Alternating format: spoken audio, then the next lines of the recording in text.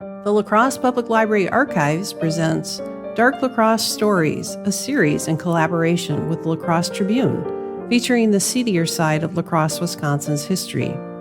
These true stories are reflections of their time and place in history. The intent is not to diminish the human suffering that may have resulted from these events, but to bring light to ways in which people in the past experienced life. The city of La Crosse and the locations where these stories took place occupy part of a vast network of the ancestral lands of the Ho-Chunk, and we thank our Ho-Chunk community members and their ancestors for their stewardship of this area's land and history. A hardworking brother, born the 11th son of a farming family, noted for his good character and straightforward life by family and neighbors alike. A man whose final act appeared to be reading the Bible in the kitchen by the fire.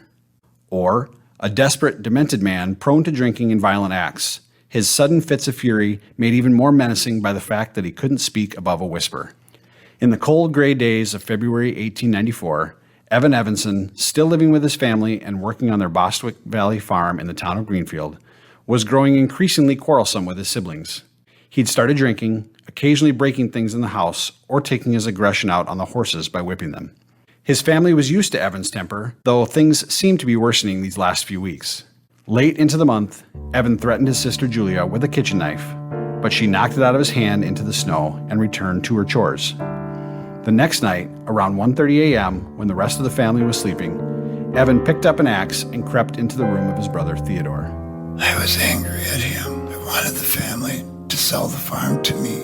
They wouldn't do it, so I picked up the axe and stood over Theodore, watched him sleep for a while. I hit him with the axe handle. I kept hitting him. He tried to run and lock himself in another room, so I started chopping the walls down around him. Evan kept the whole family trapped upstairs through most of the night, until finally falling asleep.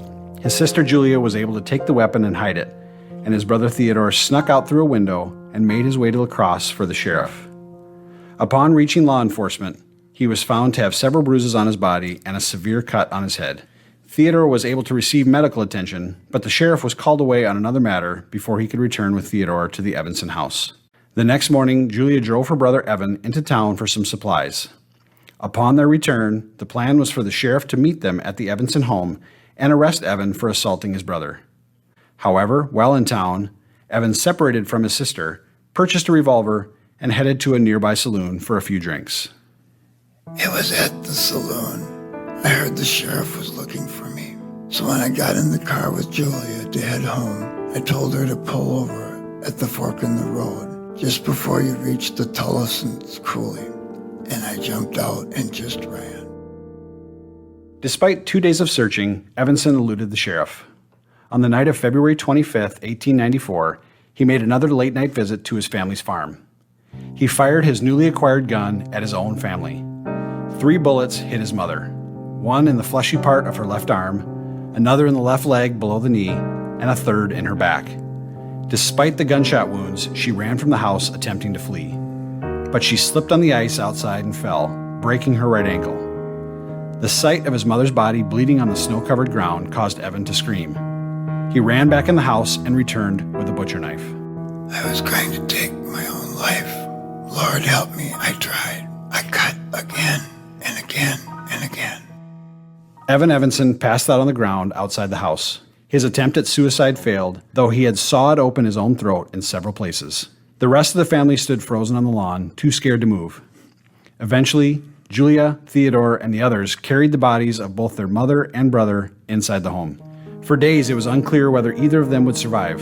Julia acted as the main caretaker, contracting blood poisoning in the process from treating Evan, though she recovered. The doctors removed the first bullet from Mrs. Evanson's arm, but were unable to remove the other 2. Evan required a tracheostomy in order to breathe, which resulted in a permanent silver tube down his throat, and the reason for his then permanent whisper voice. The wounds he inflicted on himself were up to an inch deep and jagged, so they never healed properly. Food and drink would sometimes become lodged in his windpipe rather than his esophagus and come flying out the hole in his neck. I went away for a while, sent to stay at the state hospital in Mendota. The judge had me arraigned for what I had done, but it wasn't me. I did what I did, but I wasn't me. Even Mama said she believes I didn't know her when I shot her. It wasn't me. I wasn't me. The state of Wisconsin versus Evan Evanson trial lasted from April to June that year. Evanson's lawyer argued that he was not guilty by reason of insanity. Papers of the time splashed headlines of the insane man and his criminal acts. Doctors testified that Evanson displayed many signs of insanity at the time of the crime. Another sister, married and known as Mrs. Howard, testified to Evanson being of good character normally and how he had only recently displayed violence and aggression in the few weeks before the crime. Speaking for the prosecution side, Theodore, the brother whom Evanson first assaulted with the axe handle, relayed that the two of them often quarreled. Evanson's mother testified that she thought he mistook her for Theodore as it was dark and he was drunk at the time. He was drunk but not insane, she said, having heard her son shout, "God help me," after she fell. Though she believed her son was of sane mind, she told the jury she would not live in the same house as him ever again. After a months-long, bitterly fought trial, the jury deliberated overnight and came to a surprising verdict at 7:30 in the morning. We, the jury, do find that there is reasonable doubt as to the sanity of said defendant at the time of the alleged offense, and for that, we, the jury, find the defendant not guilty.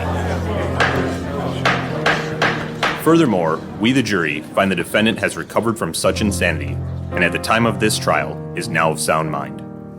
Upon the findings of the jury, counsel for the defense made a motion for the prisoner to be discharged. It was granted. Evan Evanson was a free man.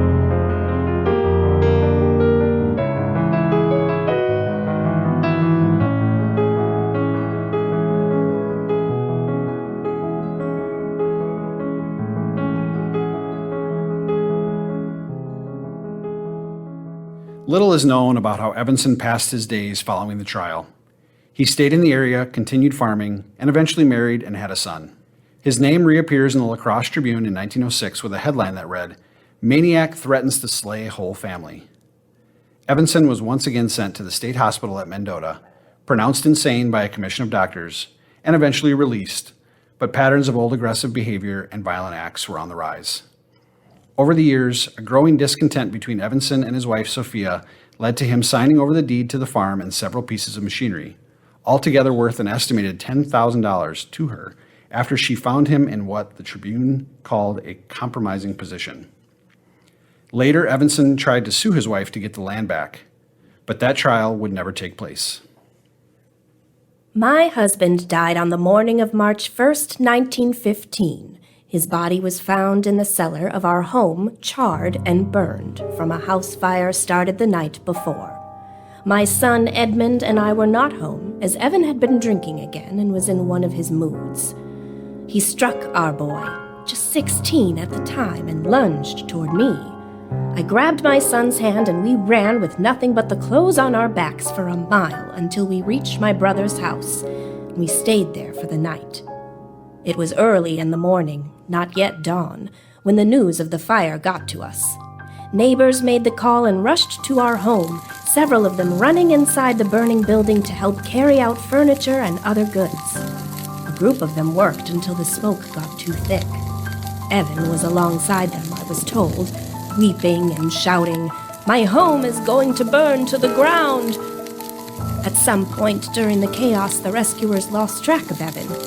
No one could find him, and attempts to re-enter the building, they were futile. It wasn't until the fire wore itself out that they were able to search the house again. They found his body in the cellar. We knew it was Evan from the silver tube in his throat. It was all that survived in the ash. The fire started in the kitchen. It was well known that Evanson liked to keep the room hot. He'd been reading the Bible by the firelight, and a table with that book open to the page he was reading was one of the few things he saved from the blaze. Like so much of Evan Evanson's story, the condition of his sanity was in question in his last days too. Just a few days earlier, a petition was sent around to neighbors asking them to sign off that Evanson be readmitted to the state hospital. Several signed saying that they thought Evanson was actually of sane mind. Was Evanson a mentally ill man with anger issues and marital problems? Or was he a hard worker and strong in character? My husband was only strong in one thing, and that was his liquor intake. It was a joke in the town that Evan Evanson was a habitual drunkard who never tasted liquor. He drank it through the tube in his throat. Flushing his plumbing is what he called it. Thought it was a good joke. The night of the fire, Evanson had let go a crew of woodworkers he'd hired when he believed they weren't working fast enough, though they were still under contract. An eavesdropping farmer, listening in on a party line, overheard one of the woodworkers say, "Something is going to happen here at the farm tonight," and "You can look for it to happen tonight." After learning of this detail, the Evanson family got involved, with a few of his sisters demanding the fire marshal investigate the cause of the fire, adamantly declaring that Evanson would never burn down his own home or commit suicide. It was painful to sit through. Such a mess for me and my son to have to deal with. And the newspapers spreading gossip just like a house fire. You know, in one of them, they reported that Edmund watched the rescue team lift his father's burned body out of the cellar with an amused smile? How could they print something like that? And how could Evan's own sister state that Evan would never commit suicide when he had attempted to do so in front of them years earlier? Some things I will never understand. The calls for investigation by Evanson's sisters made little progress. While the fire marshal claimed arson was a possibility, the city attorney said it didn't warrant an investigation. When it came time to bury Evanson's body, Mrs. Evanson took the county to court, arguing that they should pay for the funeral services of her husband. I wanted nothing to do with his body. I tried to warn the authorities that Evan was insane, that he would harm me or someone else or the property. They wouldn't listen to a woman, but by God, they'll make her pay for it. Her request was also denied. She and her son Edmund were present at the funeral. The cause of the fire and the death of Evan Evanson remain a mystery. Opinions on his state of mind and what happened in his final days remained so oppositional that 5 months after the funeral, 2 brothers broke out in a fight in a Barry Mills bar, just discussing the matter.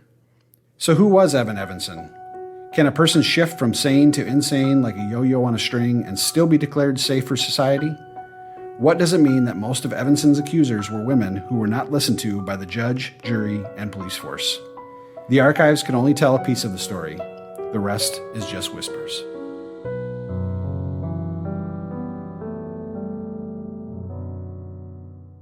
And now I'd like to welcome in Sarah Ludington, Associate Librarian at the La Crosse Public Library Archives, who did some of the initial research for this story.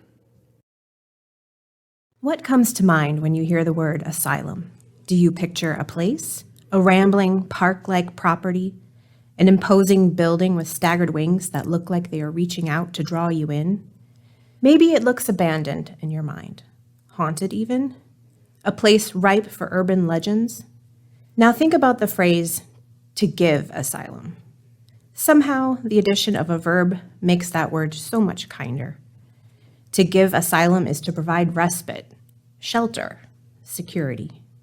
So how did we get from one meaning to another? And what does this have to do with Evan Evanson?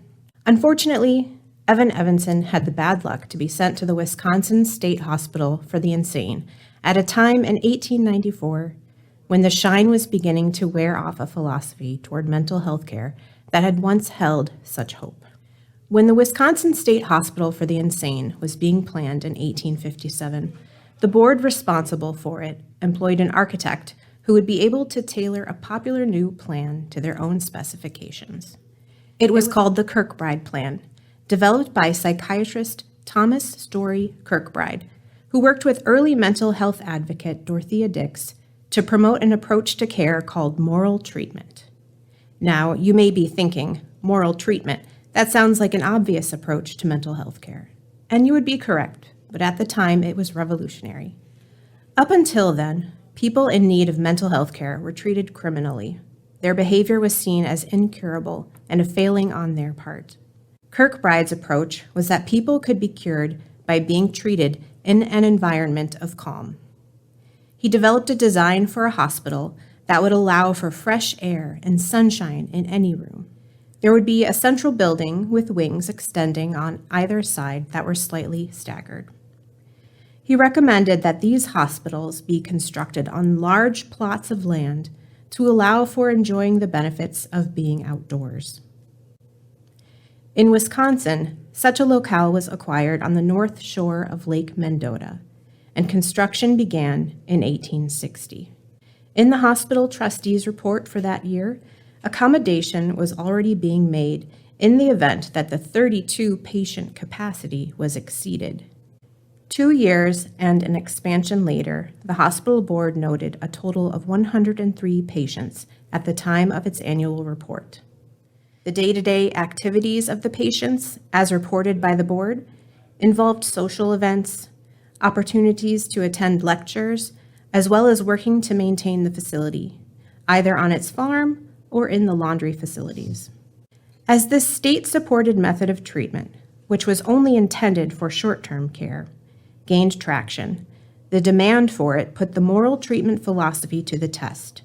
Budgets were strained and care workers saw less funding as more patients were funneled into the hospitals. The appeal of this option was such that senility in the aging community was reclassified as a psychiatric disorder, allowing families to commit their elders to the state hospital when they could no longer care for them. Hospitals struggled to keep the expansive buildings maintained. A highlight of a biennial report from the hospital board in 1894, the year that Evan Evanson was first committed, was that the buildings were painted and straw beds were replaced with spring mattresses. About this time, the state hospital would have been operating at or above capacity, as was the case at many similar hospitals nationwide. Choices made as a response to operating under these conditions worked to sour the reputation of the hospitals. Nellie Bly filed her famous investigative report, 10 Days in a Madhouse, in which she had herself committed to the Women's Lunatic Asylum in New York and uncovered the mistreatment of patients there, had already been published by 1887. The reveal of rampant mistreatment, coupled with changing medical treatments, pivoting from providing a sense of security and routine in which to heal to electrical treatments and lobotomies, slowly began to change the optics of the institution over the course of the 20th century. Further changes in the structure of state agencies in the past 50 to 60 years led to the closure and demolition of many of these hospitals, with just enough time in between to allow for the growth of urban legends and ghost stories. Though the original Kirkbride structure was demolished in the 1950s, the since renamed Mendota Mental Health Institute still operates on the north shore of Lake Mendota. Thanks for listening.